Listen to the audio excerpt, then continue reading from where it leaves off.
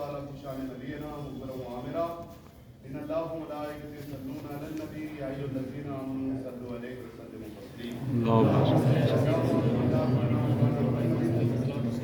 ولا علیکم ولا رحمۃ بارک السلام علیکم رسول اللہ صلی اللہ تعالی علیہ وسلم نبی علیہ نبی پہ مرتبہ اور ہر شخص باواز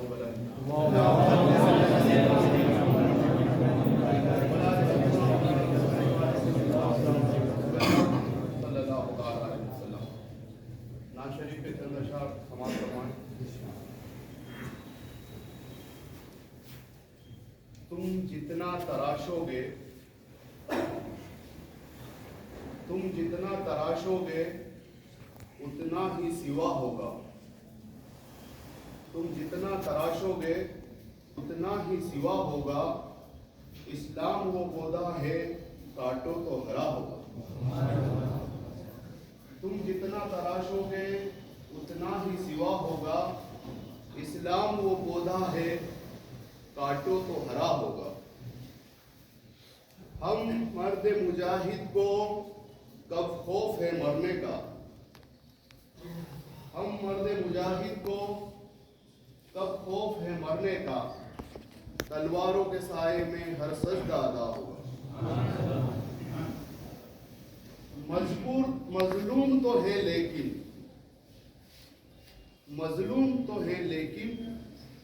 مجبور نہیں ہیں ہم. مظلوم تو ہے لیکن مجبور نہیں ہیں ہم. ضد پر اگر آ جائیں تو ایک حشر بپا ہوگا. درود پاک پڑھیں.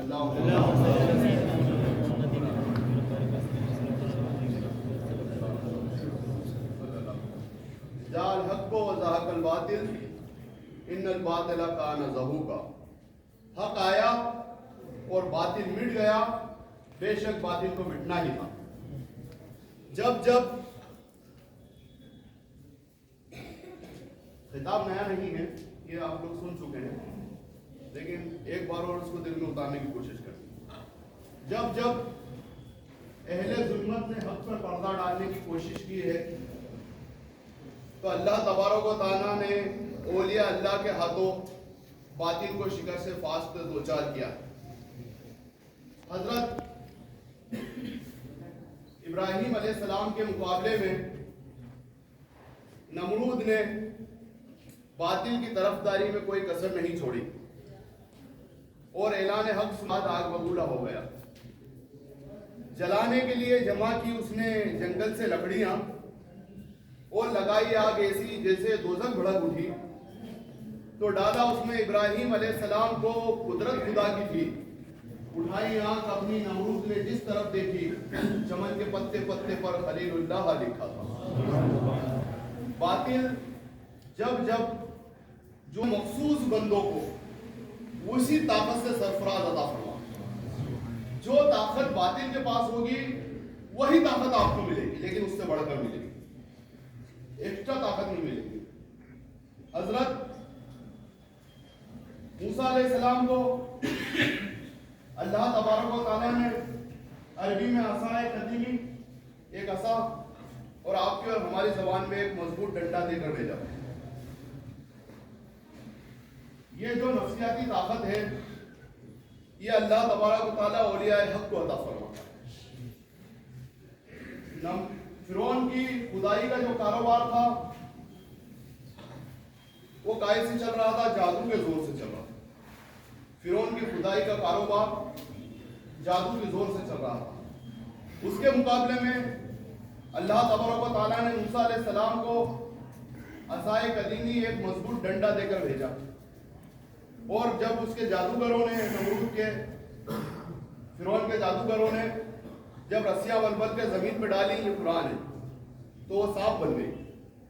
تو اللہ تبارک و تعالیٰ نے موسیٰ علیہ السلام کو حکم دیا کہ تم بھی اپنا عصا زمین پہ ڈال دو.